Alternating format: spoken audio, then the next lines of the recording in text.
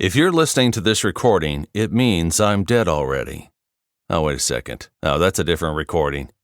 Here's what's coming up on the Nice Guys today. Strickland, you could probably do that for $40 million, but what do you think?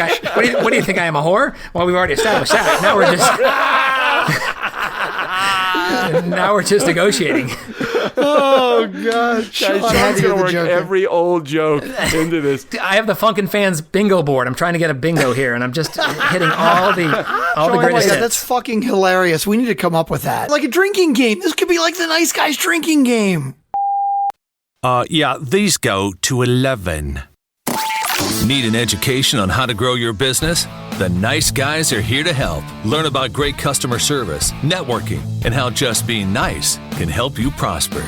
Now, here are your hosts, Doug Sandler and Strickland Bonner. Welcome back, everybody. This is the Nice Guys on Business, and I am guest host Sean Carpenter, along with, on the one side of the mic, Strickland Bonner, and the other side of the mic, Doug Sandler. How you doing, guys? I had to have Sean do the intro because I'm too drunk to say, welcome back. I don't know what I'm doing. Sorry, guys. No. That's my imitation. You guys don't. Okay, you're dating yourself again. You know what? I'm going to beep that reference out, that fucking name, because anybody that hears that name is going to be like, that guy's got to be. Right, who the fuck is that? Exactly. That guy's got to be at least in his fucking come on.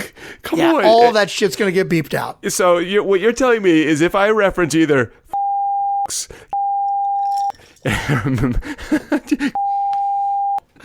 Yep.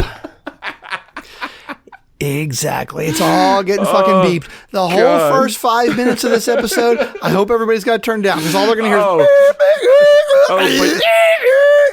Strick, that's it. But you won't beep this out because I'm going to say fuck you, and that'll be right in there. See, like that Exactly. didn't get beeped out, but I say and that now like that's so innocent. Watch, fuck you. Right? Or welcome back.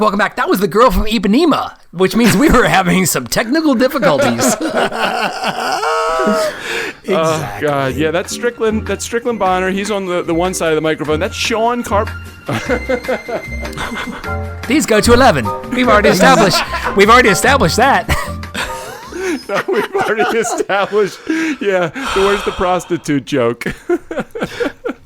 You know, I haven't told that prostitute joke in at least a month. Don't tell it. You can't tell it. It's worn its way. You know, my ex-wife used to serve eggplant casserole, and it would come every, like, once a month. Well, kind of almost as often as the amount of times I did, too.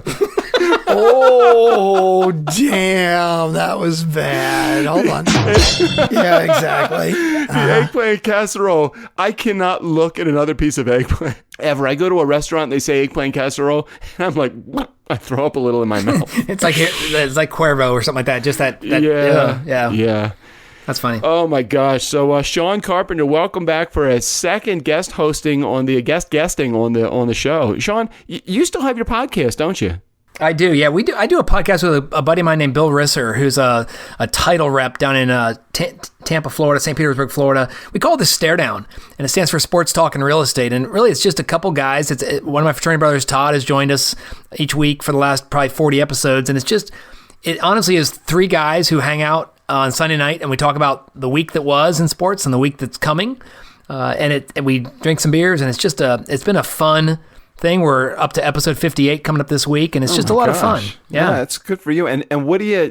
What's the purpose? What's the goal? Is it just for you guys to get together? I mean, there's not a business goal in mind. It's more of a just shooting the shit, right? Yeah, there's no business. You know, my friend Bill does a really good real estate podcast called the Real Estate Sessions, and he's almost on episode 100. And I called him up one time. I've been a guest on his show, and I said, we should do a podcast on sports.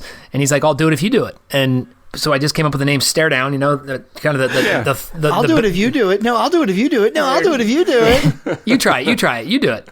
We'll get Mikey. He'll try anything. You know, and it's just been a lot of fun. So we just get together on Sunday nights and we talk about, most of us, you know, we're golfers at heart. So we spend a lot of time on the PGA Tour. We've done some special episodes for the college football championships and basketball championships. But it's just average guys not getting paid. We're just talking sports, and the same thing we do in a bar or on email or texting. And so we just we have a couple listeners that are regulars, and we have a couple people that we're getting 400 or 500 listens a week. So someone's listening to it. So that's ridiculous. That's great. But go back to where you guys were on episode 58, and it's probably pretty close. And who knows if we're not looking to monetize it, but it's honestly just a great time for me to get together with two of my good buddies through the magic of podcasting. What's really cool about it, and I always think about this, is that if you, when you go on to the great beyond, which hopefully you'll be in 172 years, you have this legacy of shows that you've left behind that if your kids wanted to, they could actually go back and kind of hear some of the fun that you and your buddies had on Sunday nights doing this. And maybe there's even little highlights thing that they could put together as a part of your wake. So let me ask you guys this. You guys are...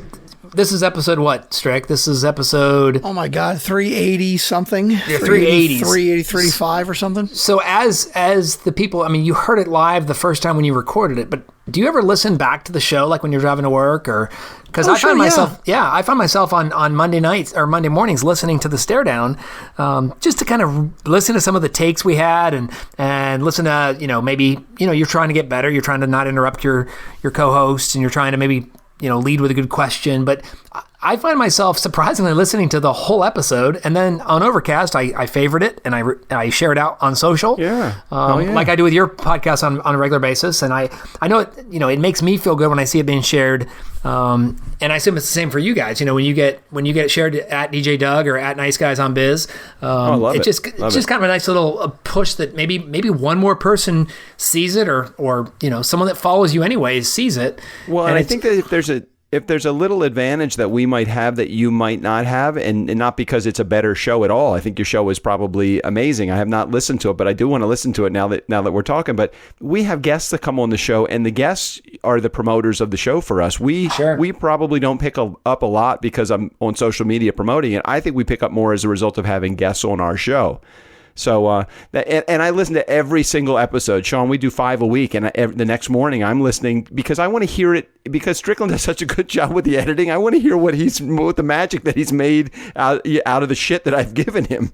Yeah, the intros, the outros, the commercials now for turnkey podcasting, and your Patreon bumps. It really, podcasting is not easy. It's easy to talk. It's easy to hit record, which is, I think, the first step in starting a podcast. But it's pretty good. It's been a lot of fun. Yeah, I typically, even after I've edited, I listen all the way through on my way to work so I can do just that. Like, it's like, hey, how can we improve? And it's amazing that we still suck as much as we do, even though I do that. Yeah, it's not quite as bad as we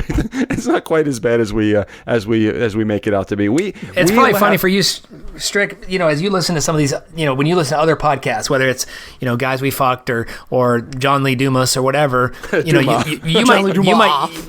might hear like a something that should have been edited, or a squelch or whatever, and you're probably like, oh my God, they do it too, So it's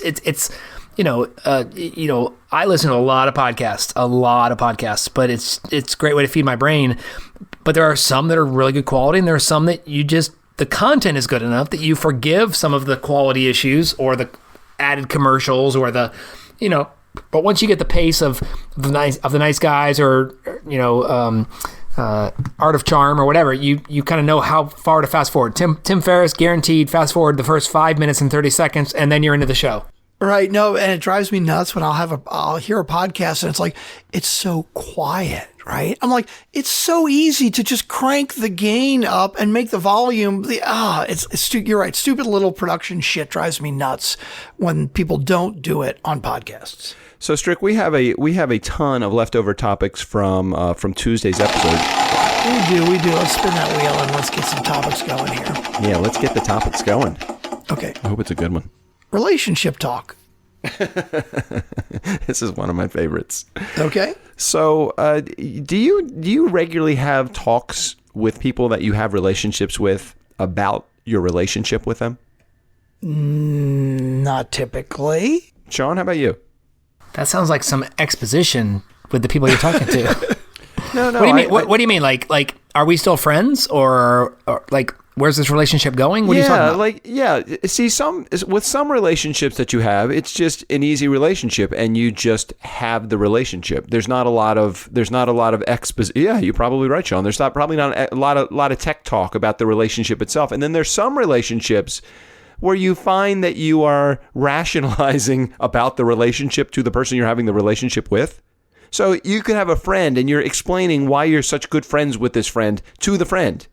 And it's almost like the relationship talk exceeds the other talk that you have with the person in your relationship. I'm curious because I wonder if how easy should relationships be, or should relationships require that you have communication about the relationship?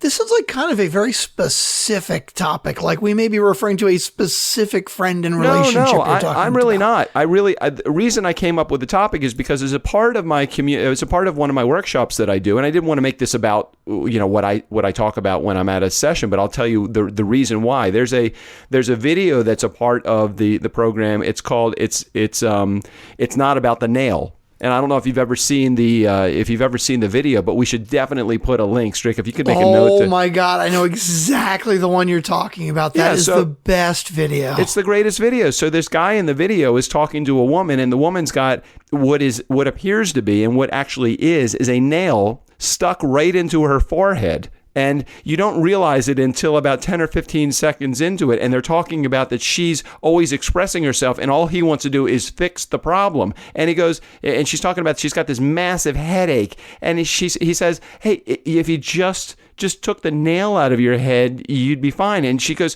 it's not about the nail. You don't see, that's it. You just want to fix me. You just want to fix me. And so I keep thinking in relationships, and I'm not talking about a specific relationship that I'm having, but just communication with people. It's so funny that there are people that are involved in relationships that just want to fix the problem. And sometimes people just want to be listened to. And I was just wondering if that's the case in your particular lives, not specifically with your spouse or with your friends, or just in general. Is that what you find? Yeah, I think listening is, I think, the best strategy for sales, for relationships. I mean, but the hardest thing to do for most of us is to listen, because adult communication in our world that we're in now involves waiting for Strickland or Doug to stop talking so that I can say what I'm thinking of right now.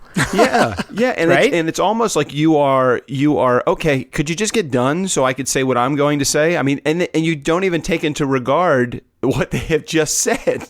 But if you think about it, though, Doug and Strickland as well, some of your best friends, some of the people you have truly the deepest relationships with, I bet if you really sat and answered why you think so, you're going to say, I don't know, I guess they get me. They listen to me. Yeah. They're not always trying to talk over you. And it's a skill, it's a talent, it's something you can constantly practice on every day. But I think it's a big thing. I talked to when I used to be a trainer, Doug, listen people into a sale. It's one of the best ways to make a sale is to listen them into a sale, which means you just keep asking enough questions. And all of a sudden the client says, well, maybe I should buy this. And it's like, yeah, I think that's exactly what you should do. And they feel better about it. So maybe, is there a specific, I agree with Strick, is there a specific relationship that made you think of this as a topic? No, I don't think it was that. I think it was a couple things. I think it was partly what I talk about when I do my training sessions and talk about communication.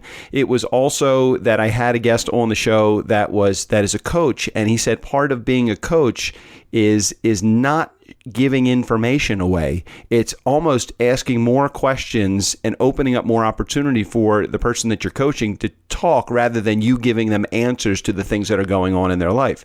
And it's so true about relationships too. The more responses that we give, the more answers that we give, all we're doing is we're sharing with them our expertise, but we're not really helping them solve their own problem.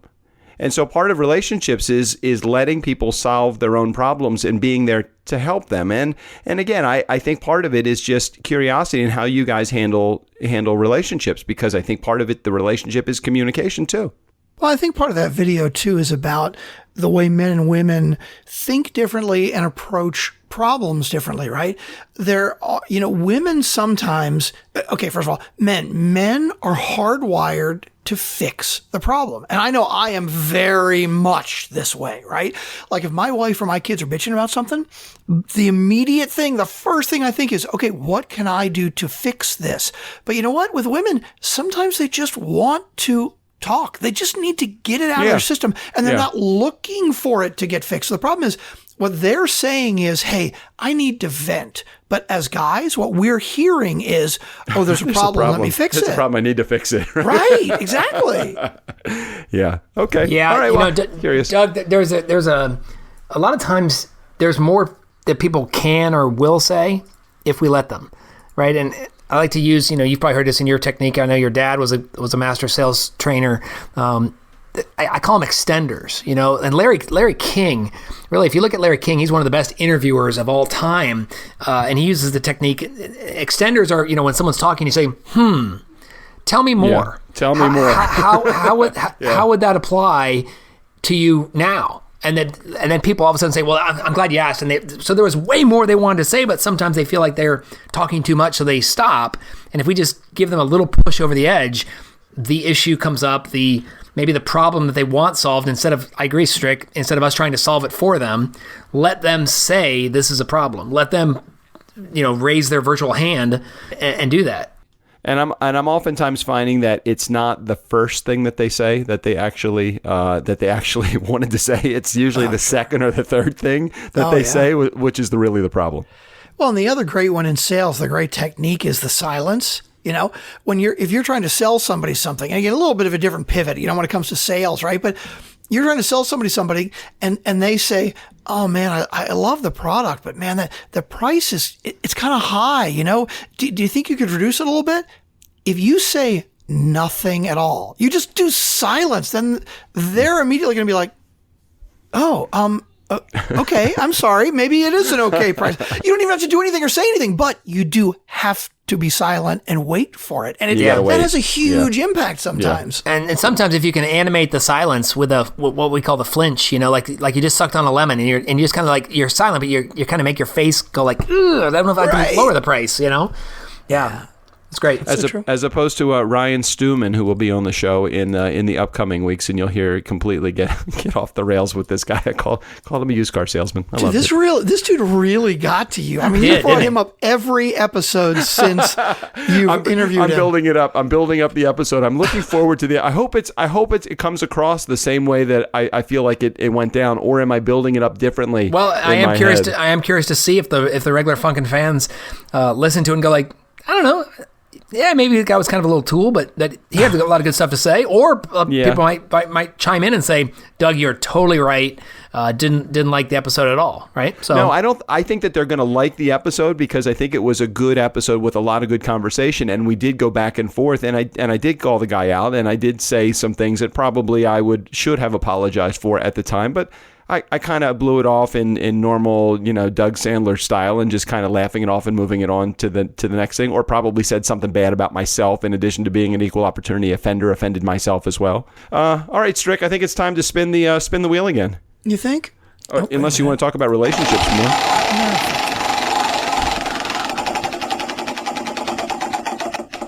Did we happen to mention the text to join this episode? We haven't yet. It sounds so much better coming from Sean, though. Why don't you say it, Sean? That's true. Do you have the number, Sean? Or do you? I can find it because it was so easy to do. I did it one morning when I was listening to your episode, and you guys said, hey, why don't you text to join? And I'm like, hey, that sounds good. And you have a chance to win a free T-shirt, a FunkNfans T-shirt, if you text NiceGuys, one word, NiceGuys, to 31996. It's as easy as that, Doug. It is really... Those of you guys listening right now, whether you're listening on iTunes or Overcast, you're probably listening on your phone. So just hit the home button, open up your texting app, and type in 31996 and type in NiceGuys. You'll just reply to the question they send you with your email, and you're entered to win a T-shirt like William Hahn won last week. damn, that's not a professional and shit. Just so like good. William Hahn won last He week. even knew his name. I know. Way to go, Will. Way to go, Will. And Sean. Hey, dude, Will, like, I love you, but I didn't fucking remember your name, and we just said it like 30 minutes ago. But the great thing is Will's a Funkin' fan like me, and I can tell you guys, last year when you guys started dropping my name, because I was active on social and a vocal listener of the show, it's that easy to become a Funkin' fan by listening every day and by maybe throwing a tweet or a text or a Facebook message. By the way, do you guys have a Facebook page or anything like that? Damn, what a good idea. Do we have one of those, Strickland? That's called a softball question. You can go to Facebook and go to the Nice Guys community, or even easier, you can go to niceshortcut.com, and that'll take you right to our Facebook page where you can sign up for free, no charge whatsoever. But it is a closed group, so you have to ask, but you have to ask nicely. And I'm just trying to be honest. You know, like Honest Abe. Abe Lincoln, it's on the $5 bill, and for $5 a month on Patreon, you guys could be absolutely in with a Slack group and get some of the behind the scenes footage that you don't get a chance to see. So once again, go to patreon.com/niceguys and pledge $5 a month. For as little as $5 a month, you can help these guys buy some Calypso rum.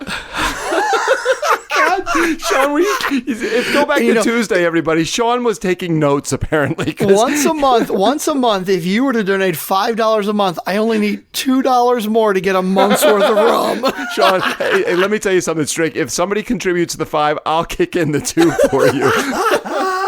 Oh my gosh, that was great. I don't think there's any other possible ways that anybody could join us, could they? I mean, you could dial 4242 DJ Doug. You can leave a message. You can tweet out to @DJ Doug on Twitter. Don't even think about tweeting out to @NiceGuyOnBiz, because I won't fucking answer. All right, spin the wheel. Hang on, what was that last topic? Did we actually get to the topic? No, you never spun because we talked about the texting. Oh no, he did spin it. You just never. I thought I said what the topic was. Oh, what was it? I didn't say it? I don't know. No, you didn't.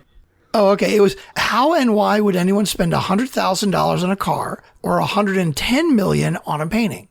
So my son sends me. Oh Jesus, Strickland sends me. Oh, you just got the next text. Yeah. My son sends me a text message of a guy.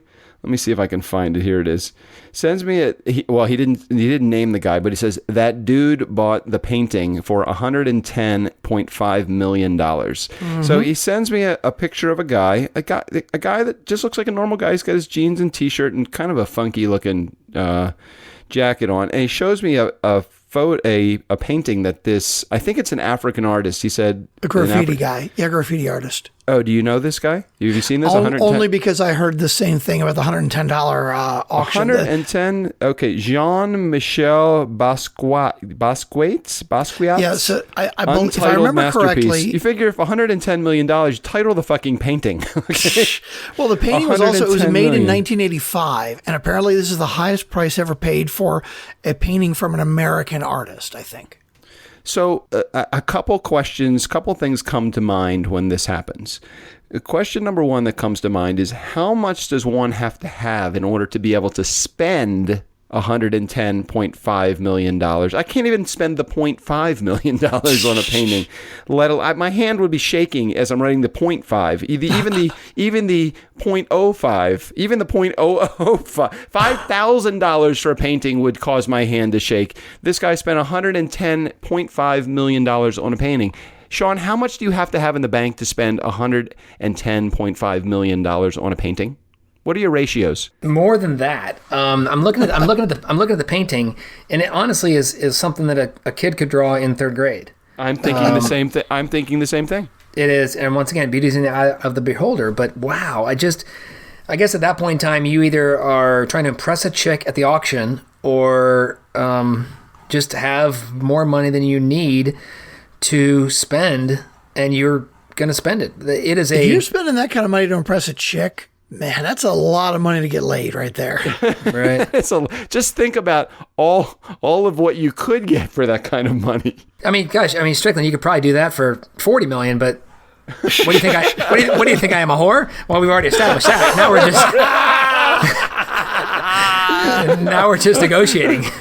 Oh God, Sean, Sean's gonna work every old joke into this. I have the FunkNfans bingo board. I'm trying to get a bingo here, and I'm just hitting all the greatest hits. That's fucking hilarious. We need to come up with that. Like a drinking game. This could be like the Nice Guys drinking game. Yes. We need a Monopoly board with nice guy-isms. No, bingo. I fucking love the bingo, right? I don't get the bingo reference. What do you do? The bingo. So you basically, you can make a board. I'll make one. I'll put it up on the Facebook business page. And basically you're going to, like if Doug self-deprecates himself, you get, a spot. And if Strickland talks about, it goes to 11, you get, and the whole goal is to try and make a bingo. Right. So that'd be fun. If an interviewee has an iPhone, you get a spot for that, right? If Mar speaks on the air, then if Mar comes out live, then you get you can make different boards. Yeah, that'd be good. Yeah. Wait, I'm reading a little bit more about this painting. $110.5 million. Sotheby's said it was the sale of the Untitled Thursday night in Manhattan was auctioned for an auction record for the artist. It also set a record price for an American artist at the auction. 1982 painting depicts a face of a shape of a skull. It was purchased by Japanese collector and entrepreneur Yasuko Meizawa after a 10-minute bidding war. It was 30 seconds of bidding and 9.5 minutes of reviving the guy that passed out. So I would have fucking, if somebody said, "Hey, Sandler, you won. Where's your credit card? We got to put $110.5 million." The previous, dude, I was just scratching my nose. I wasn't trying to bid. What the fuck? If you read down in the quote, it says there was a fly flying around my face, and I kept waving at it. And next thing I know, I bought a painting. Basquiat, I don't know how to pronounce his name. He died of a drug overdose in 1988. Okay, this guy died of a drug overdose. Probably he was a pulper in 1988 when he died at the age of 27. Now, what is the cause of the value of this painting? What is the perceived value? Where is the value in this painting? Okay, do you know how, what was it, tulip bulbs in the 16th century, or was it in Holland, right? Sean, you know what I'm talking about? Yeah. It was tulips, right? Yes. So in the 16th century sometime in Holland, right? Mm-hmm. Tulips, like tulip bulbs, went up to ridiculously, like they were just incredibly valuable, right? It was like fucking gold coins or something. Okay. It's all about perceived value. The value of anything is whatever we perceive it to be. Now, that painting, I also heard that the people that originally bought it, they bought it for like 19 grand or something, right? Correct. So that's right. When they bought it for 19 grand, in the art world, part of it is, I love this art, it's beautiful, right? But the other part is, it's an investment, right? So the people that bought it for 19 grand, I don't know what year they bought it, but they bought it from some graffiti 30 years artist. Ago. 30 years ago, yeah. 30 years ago. Sean, do you have the progression of the sales of that painting anywhere? I'm just trying to. I'm searching for it. I see pictures of it. It just said it was sold 30 years ago for $19,000.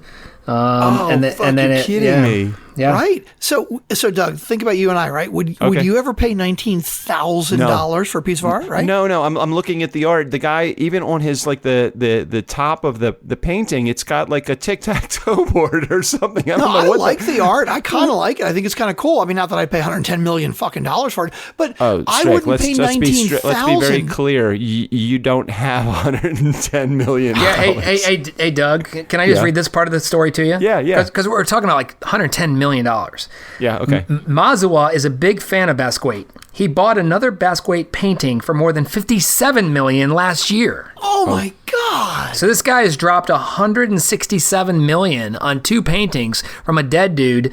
A junkie. Now granted, most painters are dead, so I get that. I get all the people now saying like, what about Picasso? They're dead. What about the guy's family? So the people that are making the money from this painting I'm assuming there's not like a commission going back to the family, because the original one he probably left it in like his studio just leaning against the wall, and somebody came in when they were cleaning up his dead body. I mean, I'm sure like the people that bought it for $19,000, I mean, maybe they bought it from the guy, or if the guy was dead at that point, they bought it from the family. And look, if I'm in the family, right, and I'm thinking to myself, hey, my dead brother made this painting that I think looks like fucking graffiti. Somebody wants to pay me 19 grand for it. I'm thinking I hit the lottery, right? Yeah. Sure. But I mean, you're not thinking that 30 years later it's going to sell for $110 million. Are you guys looking at the painting itself? Can you see it online? Yes. Okay, so it looks like it was actually painted on top of another painting. They couldn't find a blank canvas to work on. They just like, hey, let me put some of this blue shit on the bottom here. And who's ADI? I don't even know. Is that the guy's signature? No, it's AQ. What's the guy's name that painted this? I'm fucking ignorant. I apologize. Jean-Michel Basquiat. Okay, so what is the AD1 or A91 in the lower left-hand corner in the tic-tac-toe board? And it's a fascinating painting. I don't get it. It doesn't really.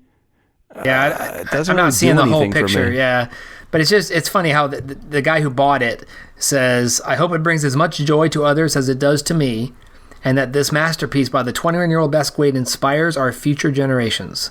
Dude, they're going to inspire someone to slap some 4 or 5 colors on a canvas and say, "Pay me $110 million, bitch." Well, I kind of get it because looking at the guy that bought it, the shirt that he's wearing, he probably paid a couple $1,000s for the shirt, and I think it's the ugliest shirt I've ever seen.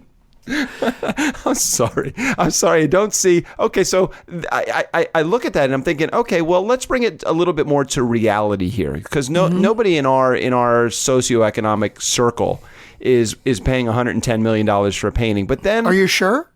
We may have a listener who is a $2 Patreon patron. That's true. Who has $110 million in the See, bank. I think that if somebody thinks there's actually enough value in our show that we can't actually see, but they think that there's enough value to pay $100 million to us to continue doing the show, we would appreciate that. I promise we won't get any better. I promise. You give me $110 million, I'm still going to do the show, and I'm not going to be any better. I might do the show a little. Changing at all. No, to try and please me? Exactly. You never want to work that hard. No. So the thing is, though, let's think about the family or whoever it is that paid $19,000 like 30 years ago, right? Yep. I'm guessing that, okay, maybe they like the art, right? But really they're probably looking at it as an investment. And think about that investment, right? If you invested $19,000 30 years ago, even if you put it into fucking Apple, it wouldn't be worth $110 million right now, right? No, nothing. And if you spent $110 million on a painting, is it actually going to go up from there in value? I'm seeing it dipping in value because I don't see somebody paying $200 million for that painting. But it's just like the stock market, and that's exactly what happened with tulips, right? Like in the 16th century in Holland, tulips went up to I don't even know, like some ridiculous amount of money for one tulip bulb. I've never heard And then this suddenly before. Everybody said, why are these worth so much? And boom, gone, done. They're worth shit. You know? I don't know do you think that this guy did it for the love of the painting or for the investment, or do you think that he actually did it because he's going to hold on to it? I see this guy as somebody. That's the second half of it. I think there's two sides of it. There's, first of all, okay, I'm putting the money in as an investment because I think the value is going to go up. But the other thing is everything is relative. And the first part of your topic is, why would anyone spend $100,000 on a car, right? Yeah, or $110 million? Everything's relative. And if I am making, let's say hypothetically, I make $2 million a year, right? $100,000 for a car? It's a fucking drop in the bucket. And you know what?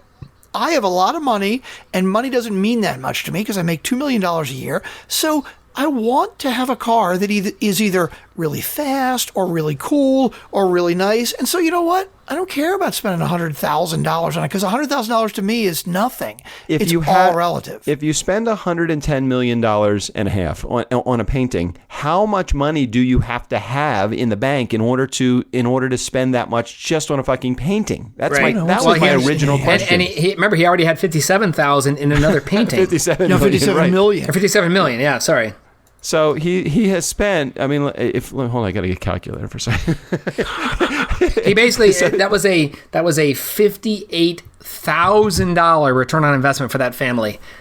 A $58,000 return on investment. 58,000 or 58. Yeah, 58,000%. 5,800 per. Yeah, 5,800 Yeah, return on investment. I get what you're saying. I still, let me come back to my original question. How much fucking money do you have to spend almost $200 million on two paintings? Probably $1 billion. The guy's probably a billionaire. No, but $1 billion, you're spending what investment are you going to make? And I guess he had to look at this as an investment, but what investment are you going to make that you're going to take 20% of your net worth and put it into two paintings?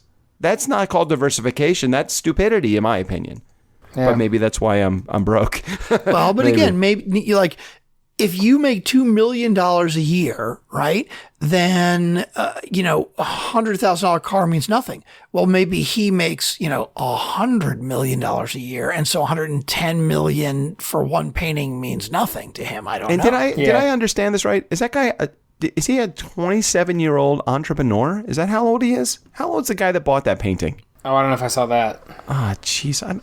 I'm trying to look it up right now, but I'm not finding it. Hang on. Shots of Masuda. No, you saw it. No, I see the guy that, let's see, the piece was purchased by a Japanese collector and entrepreneur. It doesn't say how old he is. Yasuko Mazua. Yeah, but it's all relative, right? Like, if Strickland got a speeding ticket right now, and was fined $300, he's going to be like, holy fuck, how am I going to tell my family I guess? But if Shaquille O'Neal gets fined right now $300, same ticket, right? Shaquille O'Neal is that why Shaquille O'Neal pulls it out of his shoe?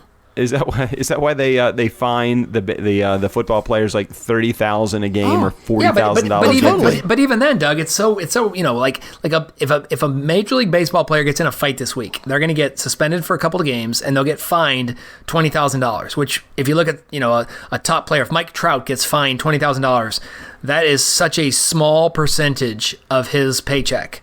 Right. It's sometimes is laughable. Now on SportsCenter Crawl, wow, $20,000. He makes $21 million a year.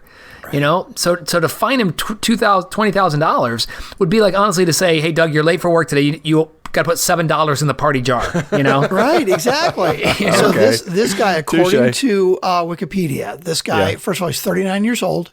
He's worth $1.5 billion. Billion with a B. Nine zeros, yes. Yeah, that's crazy. What kind of work does he do? What's his I feel like I'm an entrepreneur. Zozo Town is where he got his money. He flips paintings. Right, he's a painting flipper. He's a slumlord. Flip this canvas. Next on HGTV. Album. What does he do? What is it? Mail order album business to launch the company start today. Okay. The same year his band signed with the label BMG, started moving online platforms. 39. He's 30, yeah. Wow. All right, Strick, let's spin the topics wheel. We got more to get to. Oh, wait a minute. I got to get back to the... Yeah, right. I mean, we're only 38 minutes into the episode. So we're good. We've got plenty of time. We got time. Cell phone throttling. Oh, geez. This is a topic that really is driving me crazy here. So around the let's see, my cell phone, the day of the month that it resets itself is the 12th. So I usually somewhere in the first of the month I run out of my unlimited data, which seems kind of weird that you run out of unlimited data. So I have unlimited data. So what they have done, AT&T, they've I don't know why they do this, but this is what they do. They have this thing called throttling. Have you guys ever heard of throttling? I have. Oh, sure. Okay. So just FunkNfans, just so you're aware of what throttling is, if you've ever noticed that your phone slows down drastically at a certain time of the month, what they're doing is if you use too much data on your phone, the cell phone companies don't want you to use that much data because you don't have the right plan. They want you to upgrade your plan. So if you have even unlimited data, you don't have unlimited speed with your data. So if you hit that 5 gigabyte limit, or I think it's 4.7 or something like that gigabyte limit, they slow down your speed in some cases significantly. I mean, I don't even know what the percentage is, but significantly, so that you can't download, videos, you can't do things on any kind of fast basis. So I started to do some research on this throttling, and I discovered that there's ways that you can. Here, we're gonna offer a little bit of value back to the Nice Guy community. Strick, are you ready? I'm ready. Strick, what are you doing over there? You're distracted again. Yes. What's your problem? You're fucking yapping on. What do I need to listen for? Well, just in I'll case listen when I listen back to the episode later. Are you a victim of throttling? No, I'm not. I have Verizon, and it's through my company, and I don't use that much data either on my phone. So no, I personally have never experienced throttling. Doug, this happened. Yeah, this happened to me this week. Actually, I want to read you this thread because, of course, when I get the, as it happens, I have myself, my wife, and my 2 kids on like the family plan, so we get always pinged about 5-10 days before our cycle saying you've reached 75% of your data, and that's when we start throttling down. We start seeing a really slow down in our speed.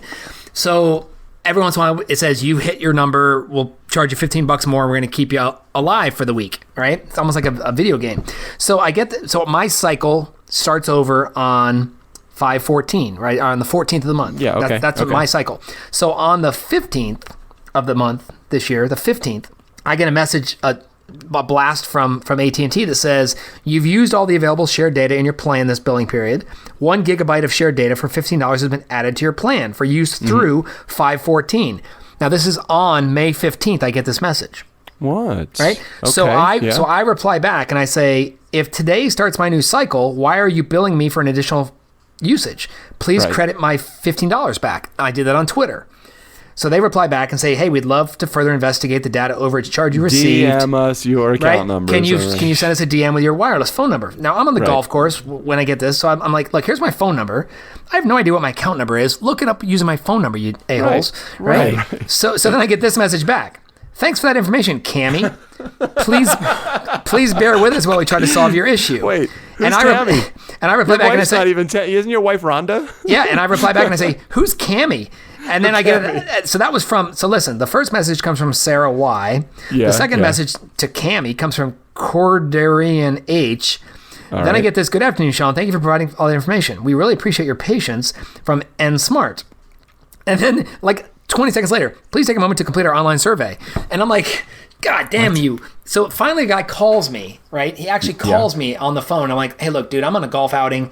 Why are we talking? It's the day after my plan. I should not Fix be my problem. charged. And he's like, well, I apologize. And that was our mistake. And we're going to credit you $25 to make up for the $15. So once again, if you listen to Tuesday's episode, I'm getting $25 everywhere I look, Strick. Okay. Right? So you're making out this month. That's pretty good. But you're exactly right. These companies, they throttle you back, and then they're looking for every second to put you over the limit, right? So Strick, are you telling me with your 3 girls, and they're what age? They're high school age, right? Yeah, they're 16. Okay, so I got to explain, though. They are on T-Mobile, right? And it's like a shared plan with like 5 phones. It's my wife and the 3 kids. I'm on Verizon with my company, so mine is separate. So you're right. If we had like a shared plan and I was on with them, I would probably get throttled because they're using so much. But I just don't use that much data, so I haven't experienced it. So wait, so I think we're talking about 2 different things. And again, Nice Guy community, somebody that's in the know, you can chime in, and Sean or Strick, you guys chime in here. There's a difference between the data that you're using and the speed at which you get data. So I agree, but as you get closer to your limit, they slow you down to try and make you get there slower, right? It'd be like if you're running a mile, 4 laps around a track, and you're making good pace, they're gonna throw shit in your way on that last lap to try and make you slow down. So there's a couple things that you can do in which to slow down. First thing that you need to do is if you're ever in a Wi-Fi area, just tune in to go to Wi-Fi, because when you're on Wi-Fi, you're not using any of your data plan. That would be number one. The other thing, couple of really interesting things that you could do with your phone that will make you be more efficient with the amount of data that you use. I don't know if you often use a GPS on your phone, but I figure as a real estate agent, you probably do. Sean, do you use GPS? Yes. So there is a GPS slowdown. There is a way to do Google and Apple Maps offline, even using their GPS. So there is an option for you to choose an offline mode of Google and Apple Maps. Oh, wow. Nice. So choose that. It'll slow down the data usage for your map. That's number one.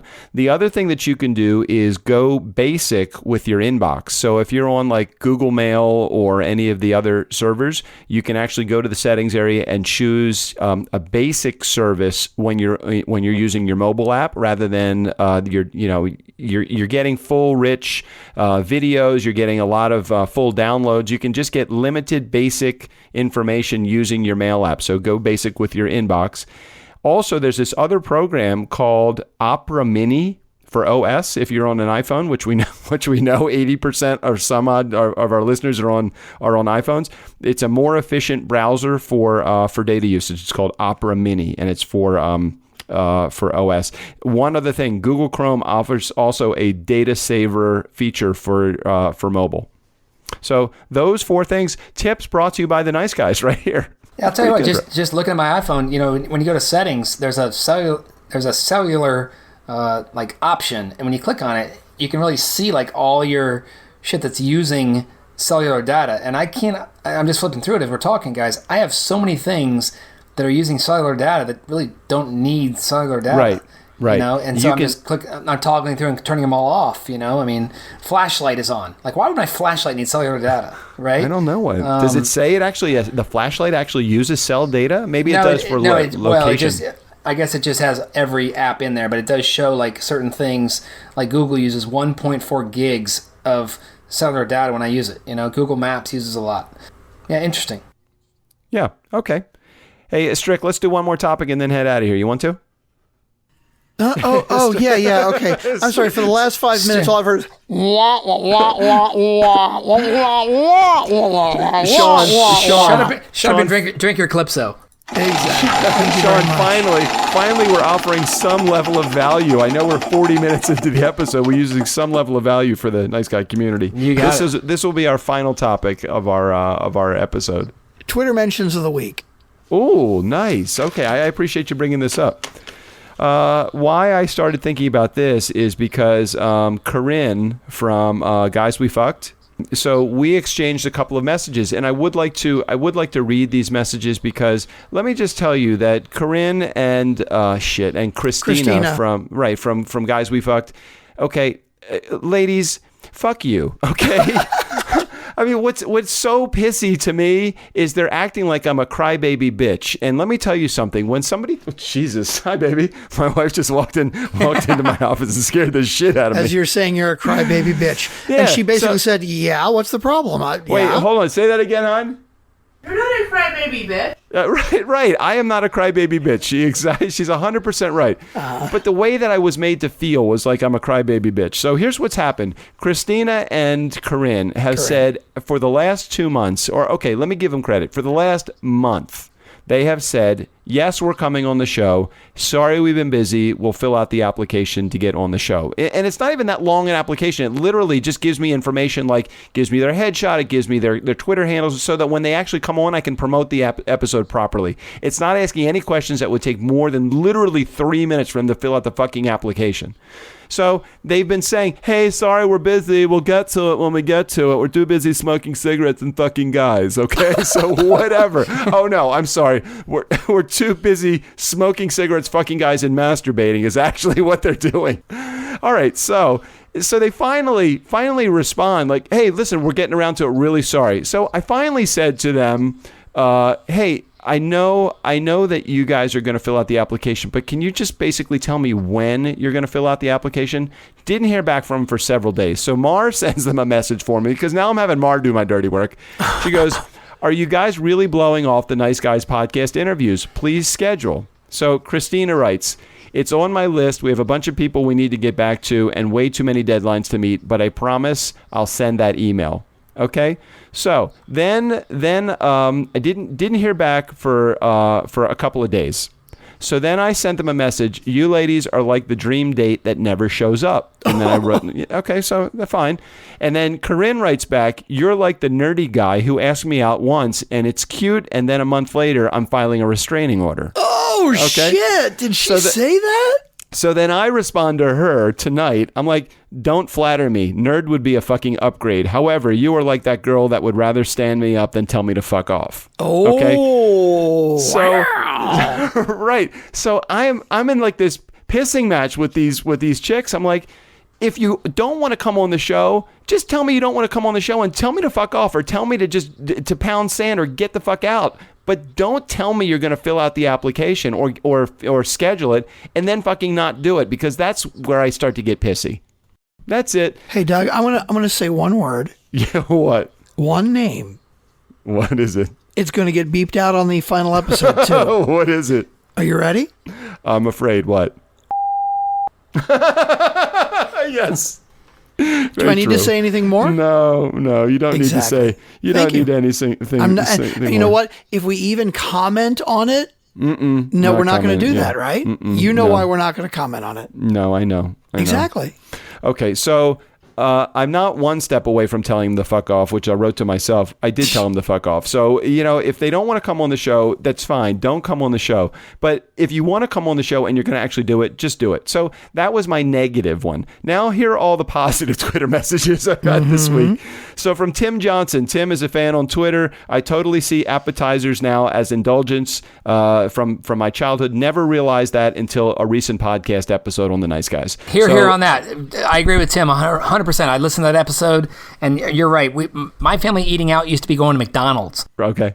Right? No, maybe the same thing. Like we would be going, but like eating appetizers. It's so funny. Like of all the things that somebody could take away from the episode, they took, Tim took that away. And it's so interesting because different people take different things away. Sure. There have been plenty of times where, Doug, you've said, hey, this interview kind of sucked, and I listen to it and I go, fuck, I thought it was amazing, right?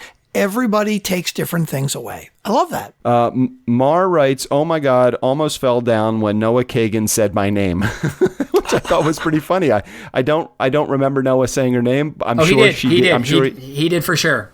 Sean, when did he say that? I'm trying to figure out how that came up. He called her. I think he said something like, I think it's really cool that Mari reached out to you, and that's the power of network or power of community. It was a great.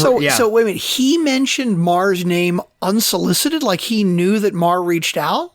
No, I think Doug was talking about how do I get more people to connect, but he did it toward the end of the episode. But he definitely dropped her name, and he said Mari instead of Mar. So cool. Yeah. Okay. We love you, Mar. I mean, Doug, think about the guests that you've talked to over the last, 2, 3, 4 months. Yeah. How many of them would you never have been able to actually get in touch with if it wasn't for Mar pushing?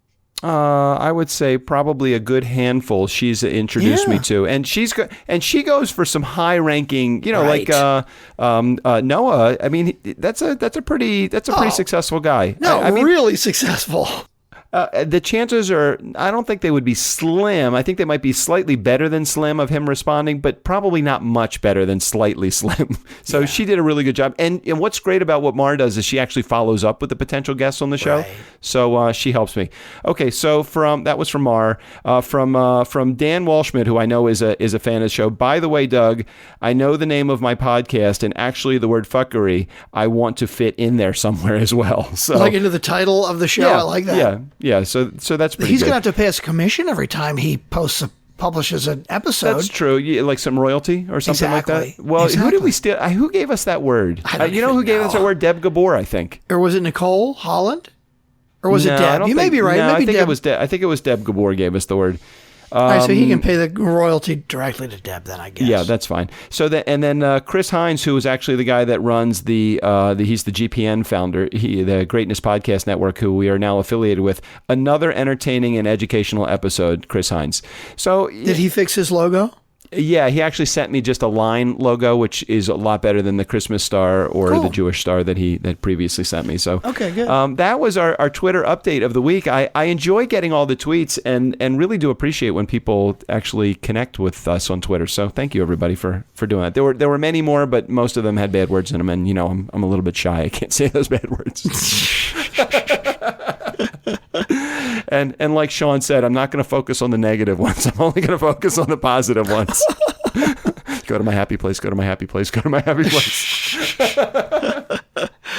Oh my! Okay. So I think we should probably wrap it up. Are we an hour into this episode? Yes, we are. Yeah. Almost. Yeah. Good episode. That's good. That's a good Thursday episode, though. So it gets you heading into the weekend. Tonight, a little happy hour into the weekend. It's been fun, guys. Thanks for letting me jump on with you guys this week.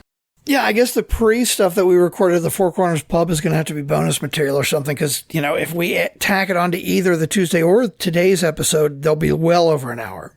just so everybody knows, we are, as of the airing of this, we are now over 60,000 downloads for the week. We're probably going to be closer to 80,000 downloads for the month? I'm sorry, yeah, 60,000 downloads for the month. We'll be close to 80,000 downloads, probably slightly shy of 80 by the time we get there. We're just going to skip right over the whole 60s thing. We're just going to go right for 80. I love it. Yeah, we things are going guys. good. Hey, Sean, you did such a good job on Tuesday for taking us out. You want to do the same thing here? I will do that, guys. Don't ever underestimate the power of being nice. Steve O'Brien, take us out of here. For the Nice Guys on Business, I'm Steve O'Brien. Fill up your week with the Nice Guys. Side effects may include tingling, numbness, urinary incontinence, the need to watch the Kardashians. If you have an erection for more than 3 hours, call your friends to brag. The Nice Guys on Business is not for everyone. Consult your physician before usage.